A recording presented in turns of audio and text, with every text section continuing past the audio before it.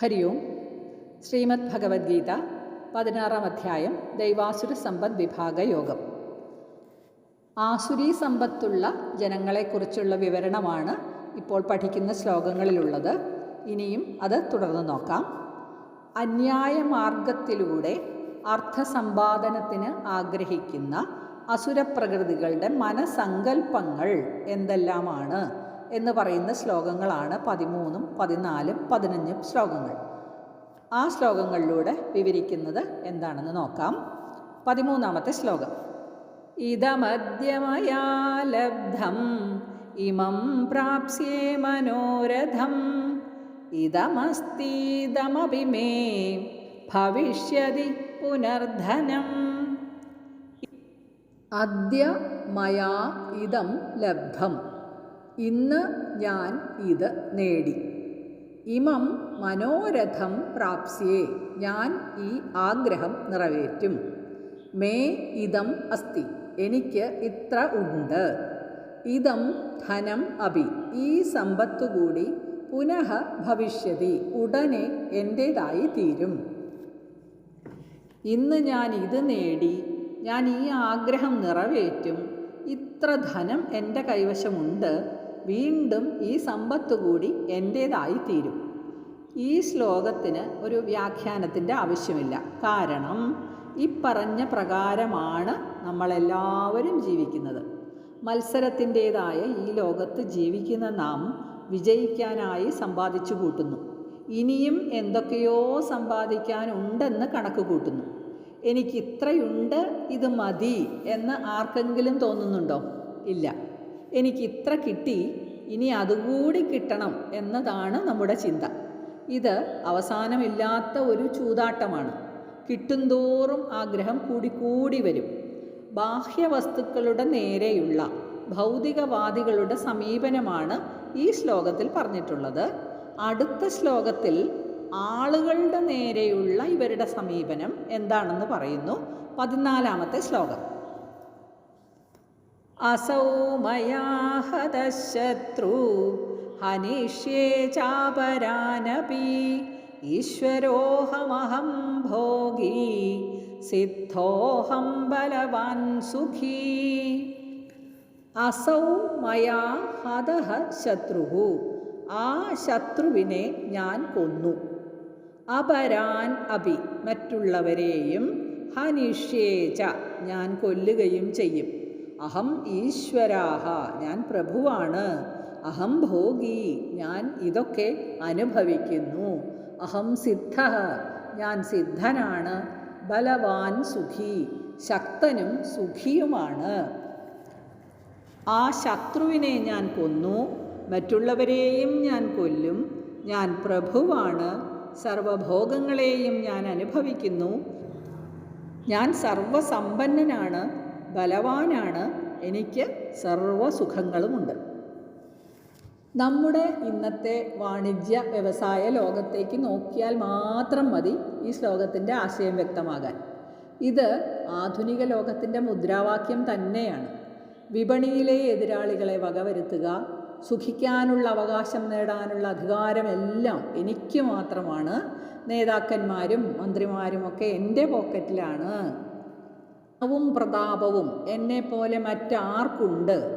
ഞാൻ പുത്രപൗത്രാദി ബന്ധുക്കളാൽ സമ്പന്നനാണ്. സുഖിക്കാനായി ജനിച്ചവനാണ് ഞാൻ. മറ്റുള്ളവരെല്ലാം ഭൂമിക്ക് ഭാരമായി ജനിച്ചവരുമാണ്. ഇതാണ് അഹന്തയുടെ ഗീതം. ഇവിടെ മനുഷ്യനിലെ ഉന്നത ആദർശങ്ങൾക്ക് എന്ത് വില? ദിവ്യഭാവങ്ങൾക്ക് എന്ത് പ്രസക്തി? ഭഗവാൻ വീണ്ടും തുടരുന്നു. 15-ാം ശ്ലോകം. ആഢ്യോഭിജനവാനസ്മി കോന്യോസ്തി സദൃശോ മയാ യക്ഷ്യേ ദാസ്യാമി മോദിഷ്യ ഇത്യജ്ഞാനവിമോഹിതാഃ.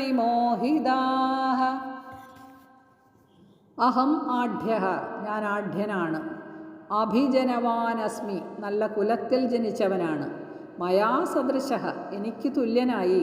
അന്യഃ ക അസ്തി, വേറെ ആരുണ്ട്? യക്ഷ്യേ, ഞാൻ യാഗം ചെയ്യും.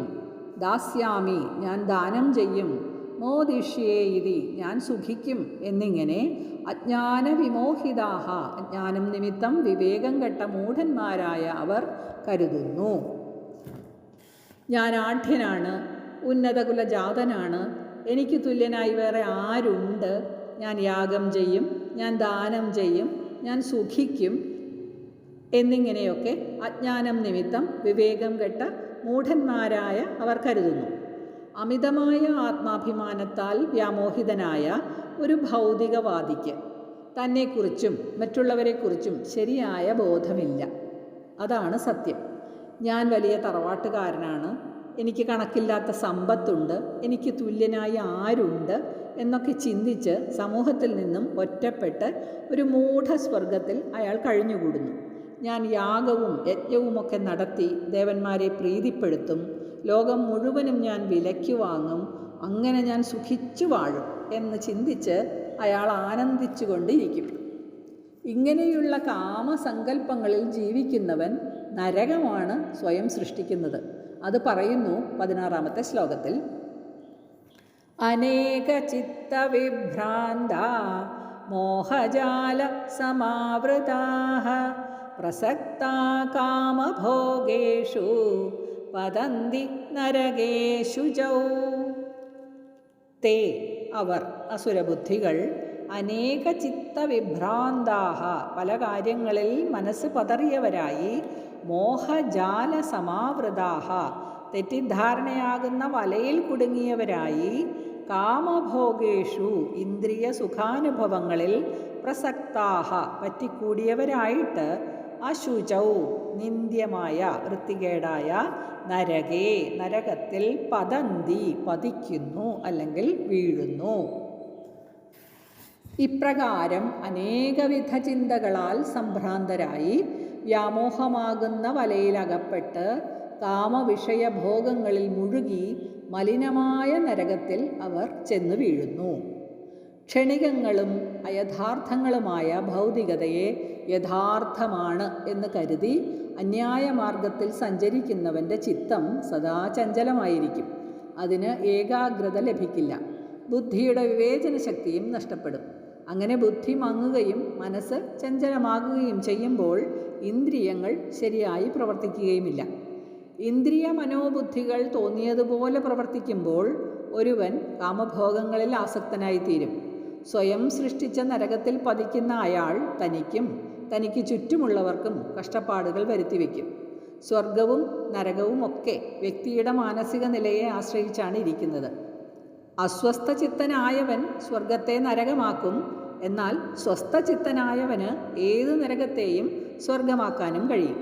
ഭഗവത്ഗീതയിലെ 2-ാം അധ്യായം സാഖ്യയോഗത്തിലെ 70-ാമത്തെ ശ്ലോകം ഇവിടെ ഓർക്കുന്നത് നന്നായിരിക്കും. ആപൂര്യമാണമജലപ്രതിഷ്ഠം സമുദ്രമാവ പ്രവിശന്തി യദ്വത് തദ്വത് കാമായം പ്രവിശന്തി സർവേ സശാന്തിമാപ്നോതി ന കാമകാമീ. ഇതാണ് സാഖ്യയോഗത്തിലെ 70-ാമത്തെ ശ്ലോകം. ഇതിൻ്റെ അർത്ഥം, നിറഞ്ഞ് നിലതെറ്റാതെ നിൽക്കുന്ന സമുദ്രത്തിൽ നാനാനദികളിലെ ജലം പ്രവേശിക്കുന്നത് പോലെ സർവകാമനകളും ആരിൽ പ്രവേശിക്കുന്നുവോ അയാൾ ശാന്തി അനുഭവിക്കുന്നു. ഭോഗേച്ഛുവിന് ശാന്തി അനുഭവിക്കാൻ പറ്റില്ല. ഭഗവാൻ ഇവിടെ ബ്രഹ്മനിഷ്ഠൻ്റെ ഹൃദയത്തെ സമുദ്രത്തോട് ഉപമിച്ചിരിക്കുകയാണ്. പല നദികളിലെയും വെള്ളം എപ്പോഴും സമുദ്രത്തിലേക്ക് എത്തിക്കൊണ്ടിരുന്നാലും അതിൻ്റെ ജലവിധാനം ഉയരില്ല. അതുപോലെ ജ്ഞാനിയായ ഒരുവനിലേക്ക് എണ്ണമറ്റ പ്രപഞ്ച വിഷയങ്ങൾ കടന്നു ചെന്നാലും അയാൾ അക്ഷോഭ്യനായി നിലകൊള്ളും.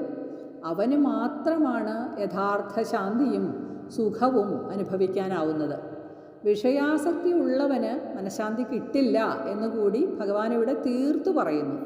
എന്നാൽ ഭൗതികവാദികളാകട്ടെ ഇതിന് നേർവിപരീതമായാണ് കാണുന്നത്. കൂടുതൽ ആഗ്രഹങ്ങളെ ഉത്തേജിപ്പിക്കുകയും അത് നിറവേറ്റാനായി പരക്കം പായുകയും ചെയ്യുക എന്നതാണ് അവരുടെ നിയമം. സുഖം വർദ്ധിക്കണമെങ്കിൽ ആഗ്രഹങ്ങൾ ചുരുക്കണം. വിഷയങ്ങളിൽ വിരക്തി വന്നാലേ മനസ്സിന് അടങ്ങാൻ കഴിയൂ. ഹരി ഓം തത്സത്.